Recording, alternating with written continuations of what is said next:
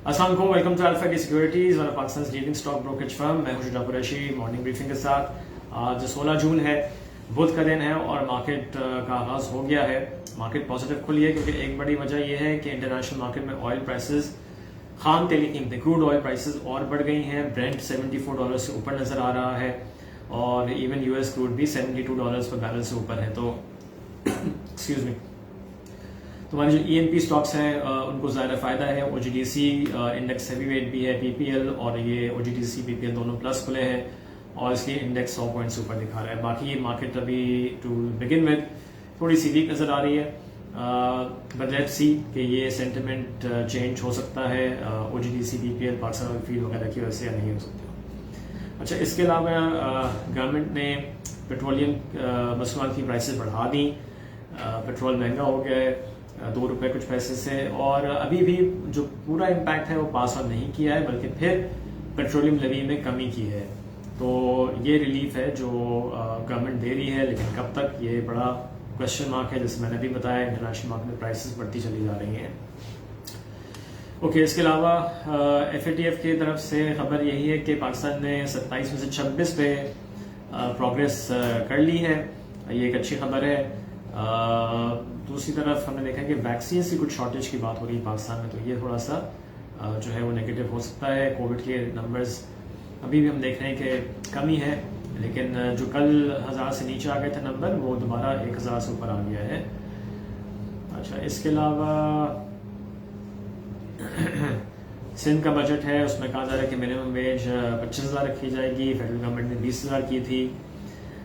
फिर कुछ खबरें ऐसी आ रही हैं कि चूंकि अभी बजट पे आईएमएफ के साथ बातचीत मुकम्मल नहीं हुई है, तो वर्ल्ड बैंक और एडीबी ने कुछ जो उनको पैसा रिलीज करना था वो फिलहाल ऑन होल्ड कर दिया है। तो ये अच्छी खबर नहीं है और इसलिए हमको देखना पड़ेगा कि IMF has to be on completely on board जो गवर्नमेंट के मकासद हैं और जो उन्होंने बजट में चीज़ें रखी हैं।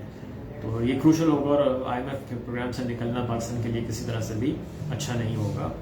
अब देखना ये है कि बिकॉज ऑफ कोविड कुछ रिलैक्सेशन आईएमएफ दे देता है गवर्नमेंट को या नहीं। अच्छा, इसके अलावा एक रिलैक्सेशन ये मिली है कि पाकिस्तान का जो डेट पेमेंट थी उसको G20 ने रीस्केड्यूल किया है कोई $3 बिलियन का, तो ये एक पॉजिटिव है। वहाँ से कुछ कुशन मिल जाएगा गवर्नमेंट को। अच्छा, कैबिनेट ने ये डिसाइड किया है कि जो पब्लिक सेक्टर डेवलपमेंट प्रोग्राम पे स्पेंडिंग होगी उसको मॉनिटर करेंगे, तो ये एक मेरे ख्याल में अच्छा कदम है। के इलेक्ट्रिक को नेपरा ने 36 पैसे पर यूनिट टैरिफ बढ़ाने की इजाज़त दे दी है। ये पॉजिटिव है इसके लिए। कल इसलिए हमने देखा था कि के इलेक्ट्रिक में थोड़ी उनको बाइंग भी नजर आई थी। स्टील इंडस्ट्री ने कुछ कंसर्न शो किया है कि एफईडी से जो उन्होंने रिजीम शिफ्ट करके जीएसटी पे लेके गए हैं, वो कह रहे हैं कि ये गवर्नमेंट के अपने लिए जो है वो नुकसानदेह होगा, क्योंकि एफईडी तो वही जो है वो डिडक्ट हो जाती है और उसको जो है एक तरह से मॉनिटर किया जा सकता है। जीएसटी के हवाले से उन्होंने स्पेशली कुछ रीजन्स में, पाकिस्तान के फाटा वगैरह में एग्जेम्पशंस गवर्नमेंट ने दी थी। फिर वहाँ से ये होता है कि वहाँ से चीज़ें वापस आ जाती हैं मार्केट में और फिर उनको ट्रैक करना मुश्किल होता है। तो इसकी तरफ निशानदेही की है स्टील इंडस्ट्री ने। अच्छा,